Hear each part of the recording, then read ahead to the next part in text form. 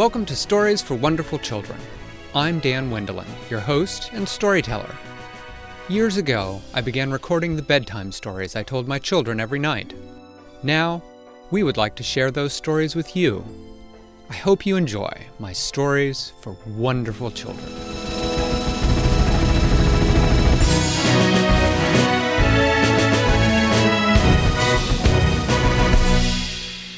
Rebecca woke up late one night, and at first she did not know why she had woken up.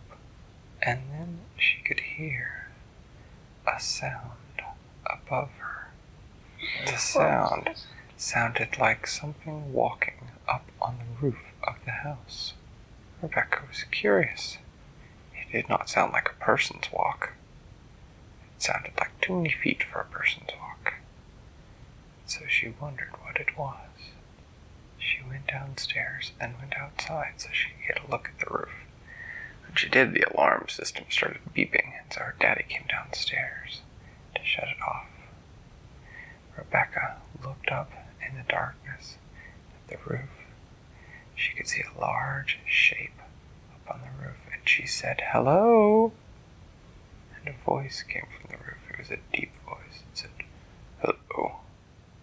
I've come looking for Rebecca Recheetah. Do you know her?"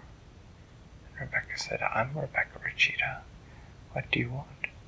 And the shape on the roof got even bigger, and then it looked as if it fell from the roof, and then she saw that it was not falling, but gliding, and that it had gotten bigger because it had stretched out great wings until it landed next to her.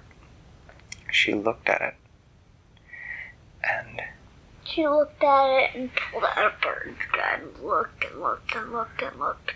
Finally looked at the index and said, "Oh, Rosetta Brown."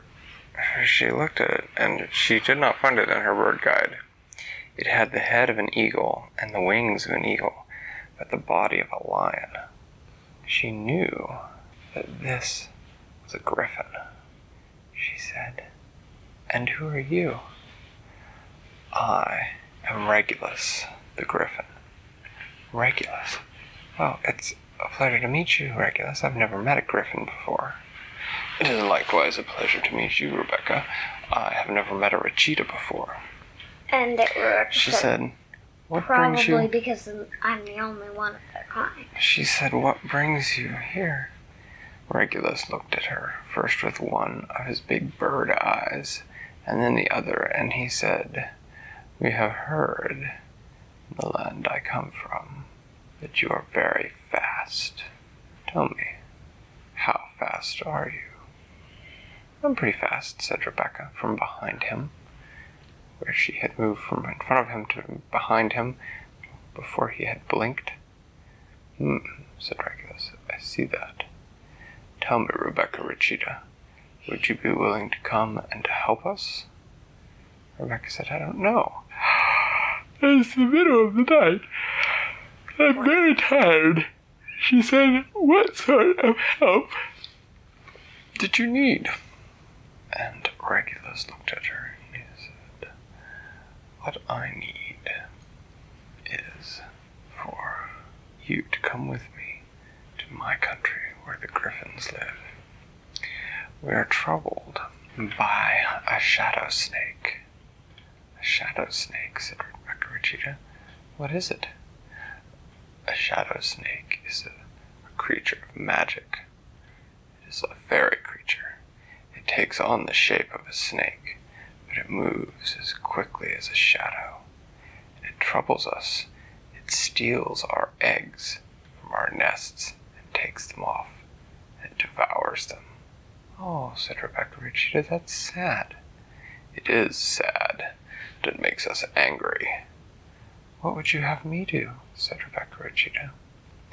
"Griffins," he said, "are also creatures of magic, and we can deal with this shadow snake if we know where it goes, where it hides, where it carries our eggs to. We must find its lair. But the shadow snake moves so fast that we cannot track it, cannot hunt it, and as long as its nest remains hidden, We cannot stop its thievery of our young." "Oh," said Rebecca Recheetah, "I begin to understand. You want me to come, and you want me to track this shadow snake, to find where it lives for you, to race it, and beat it, and not let it escape or hide?" "That is exactly it," said Regulus. "You would earn the undying gratitude of all the gryphons if you did so." "Well," said Rebecca, "I feel very bad for your eggs that are getting stolen. Can you give me a few minutes? I need to go in and talk to my mommy and daddy." So she did. Her daddy was still up. He was getting himself a glass of mango orange juice after having been woken up by the alarm.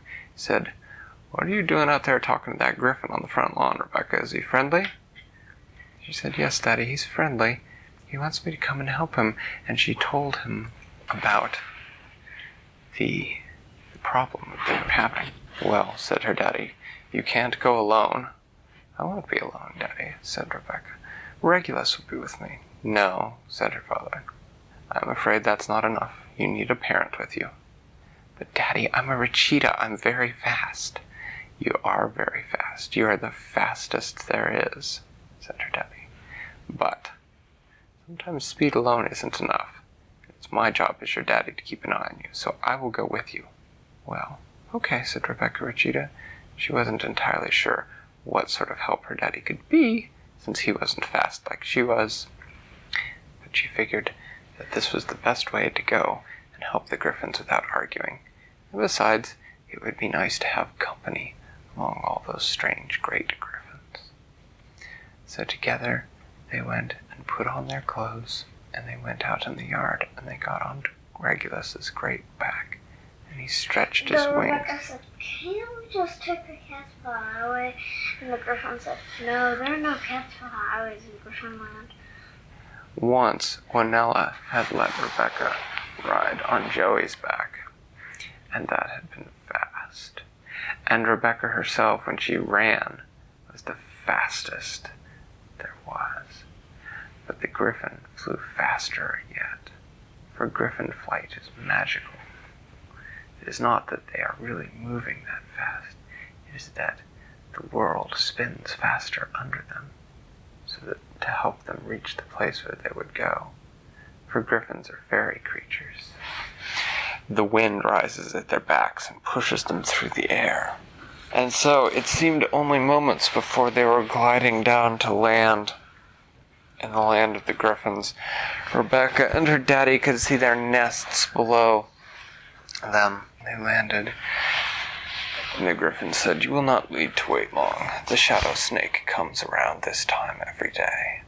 Rebecca looked at her daddy. She said, "I wish that we had something to do while we wait." And her daddy said, "Well, let me see what I've got." He reached in to a bag that had a drawstring around his waist. "What's that?" said Rebecca. Her daddy smiled. He said, "It's my adventuring bag." "I've never seen that before," said Rebecca Recheetah. "Well," said her daddy, "you don't know everything there is to know about me, dear." You have an adventuring bag? I didn't say it was me. This is Rebecca Recheetah's daddy.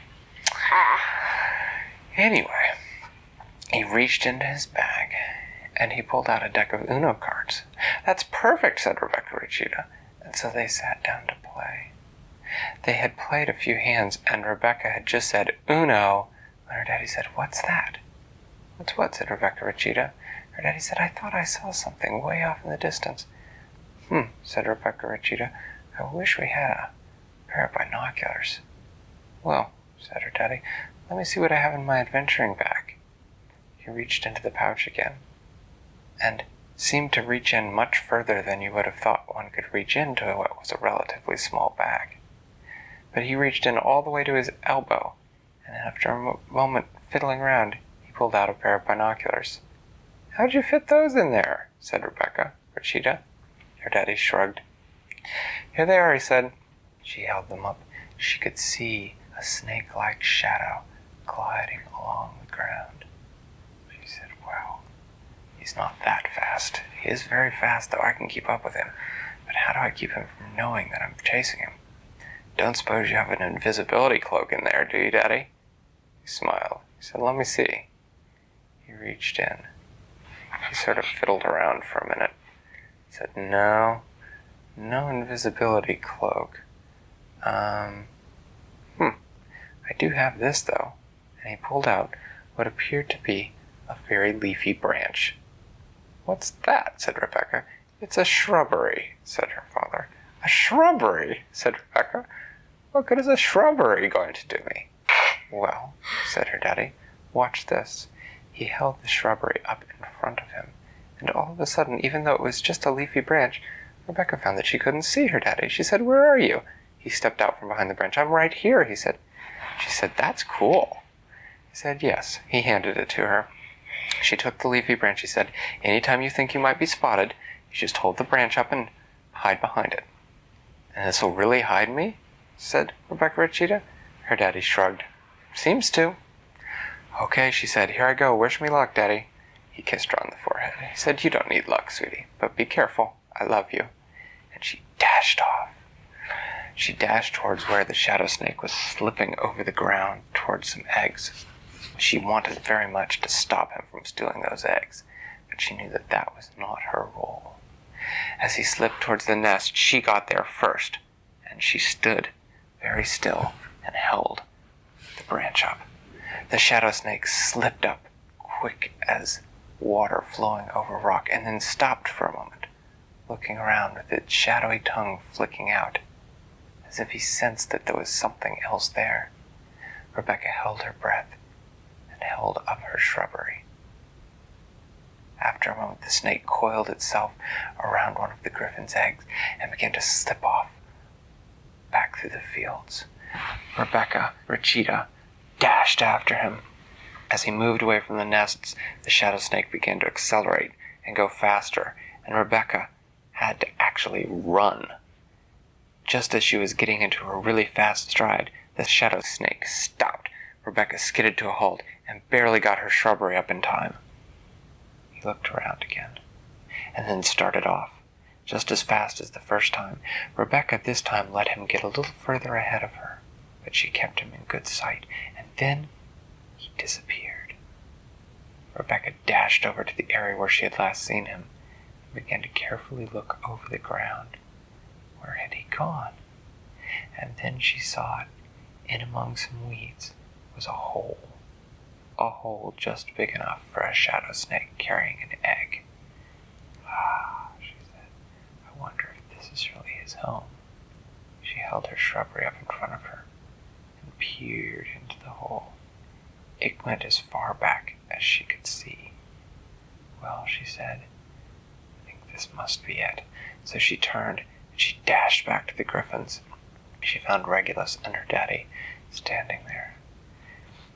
She said, well, here's what I found, and she told them, and then the gryphons flew back with her to the spot. Regulus and two other large griffins put their beaks to the holes and sniffed. Yes, said Regulus, he's in there. And then the gryphons began to dig with their powerful lion paws. They dug down to where the hole was, and then they began to dig along, following it. They did not dig very far before they discovered broken eggshells, and then they hit a great cavern, and then they saw the shadow snake curled around the egg it had stolen, with its mouth wide, getting ready to break it open. Regulus and the gryphons were on it in an instant, and this time, in the close quarters, being surprised, the shadow snake's speed did it no good in the bright sunlight flooding into the cave. Regulus went over to Rebecca Recheetah and said, thank you. You know now that you will always be known as a friend to the gryphons. And then he dropped a small silver whistle into her hand. If ever you have need of us, you need only blow this whistle, and a griffin will answer your call, as long as there are griffins that draw breath. Thank you, said Rebecca. Really, I'm just glad I could help. And then she and her father mounted Regulus's broad back, and in an instant, with the world spinning below them, they were home. Home in time to still catch a few minutes' sleep before it was time to get up. Thanks for listening to Stories for Wonderful Children. I created today's story, but questions and witty commentary were supplied by my children. The music was created by Brandon Thompson. If you enjoy the show, please tell someone about it or leave a review on your podcast provider. Our website is storiesforwonderfulchildren.com, and you can also find us on most social media. I'm Dan Wendelin, reminding you to tell someone you love a story.